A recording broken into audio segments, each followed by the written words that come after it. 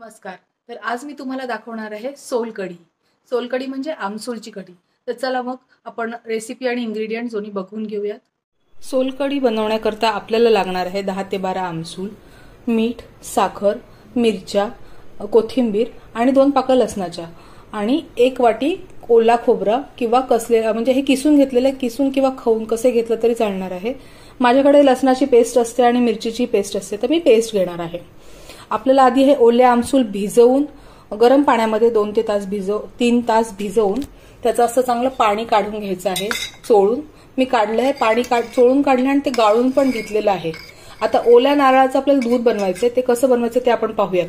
आपण आता बनवून घेऊयात नारळाचं दूध. नारळाचं दूध बनवण्याकरता आपण जे 1 वाटी किसून घेतलेला नारळ आहे ना, तो मिक्सरमध्ये घेऊयात.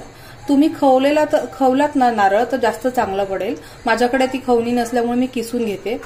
आणि एक वाटी नारळ आहे ना, तर 1 वाटी पाणी आपण टाकायचं आहे. गरम पाणी टाकायचं म्हणजे त्याचा दूध लवकर निघतं. आणि हे मस्त मिक्सरमध्ये वाटून घेऊयात आपण छानपैकी.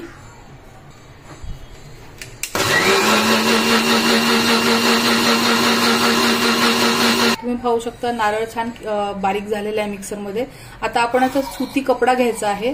सुती कपडा एका भांड्यावरती आणि त्याच्यामध्ये आपण हे दूध नारळाचं जे केलेलं आहे ते टाकायचं आणि मस्तपैकी पिळून घ्यायचं आणि दूध काढायचं. हे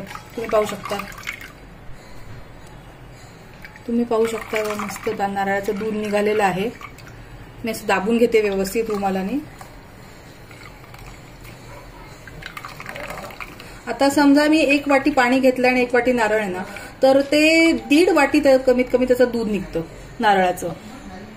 आता हे जो आपला कस राहिलेला आहे ह्याच्यात परत एकदा थोडं पाणी टाकायचं आणि मिक्सरमध्ये वाटून घ्यायचं आहे आपण छानपैकी. आणि असंच परत एकदा दूध काढायचं आहे.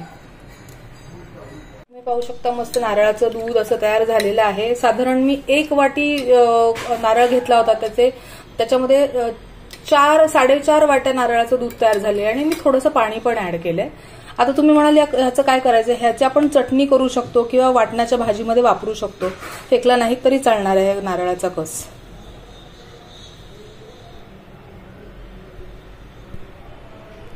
खाली छान हलवायचं आणि आता आपण सोलकढी बनवून घेऊया.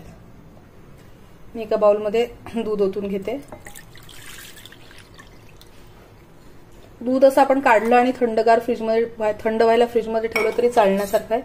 2 ते 3 तास काहीही होत नाही आणि उलट त्याच्यानंतरही राहतं. आणि हा आपण जो आमसूलचं हे काढलेलं आहे ज्यूस किंवा लिक्विड म्हणतो ते टाकून घेऊयात. नंतर मस्तपैकी मीठ टाकायचं चवीनुसार, साखर, मगाशी जी मी लसूण आणि मिरचीची पेस्ट केली होती ती टाकून घेणार आहे. तुमच्याकडे जर अख्खी मिरची आणि लसूण असेल तर ते खोबरं वाटलं ना आपण मगाशी त्याच्यामध्येच टाकून घ्यायचं. आणि कोथिंबीर. छान साहित्य आपण मस्त कालवून घेऊयात. पाहू शकता मस्त छान सोलकढी तयार झालेली आहे. कलर एकदम मस्त आलेला आहे गुलाबी. मी ह्याच्यामध्ये कलर येण्यासाठी बीटरूट वगैरे असं काहीही घातलेलं नाही. आपल्या आमसूलचा छानसा कलर आलेला आहे पिंक. करून बघा आणि सांगा कशी झाली. थँक्यू.